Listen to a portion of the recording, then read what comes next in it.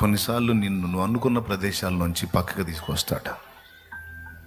నా అనుకున్న నీ వారి మధ్య నుంచి నిన్ను పక్కకి తీసుకెళ్తాడు. మిగిలిన వాళ్ళకి లేని అవమానాలు నీకే ఎదురయ్యేటట్టు అనుమతిస్తాడు. ఎంత అంటే నేల మట్టుకు నిటారుగా నిలిచిన రాను అడ్డంగా నేల మీద పడిపోయినట్టు ఉంటుంది నీకు ఆ ఫీలింగ్. ఏం చేద్దాం మరి? కోరుకున్నాడు, మరి మహిమతో నీ మీదికి దిగి రావాలనుకుంటున్నాడు.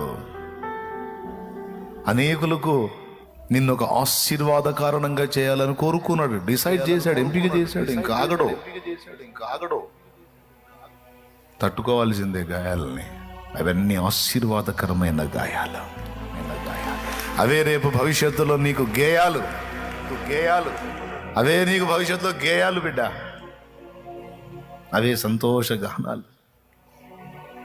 తప్పదు.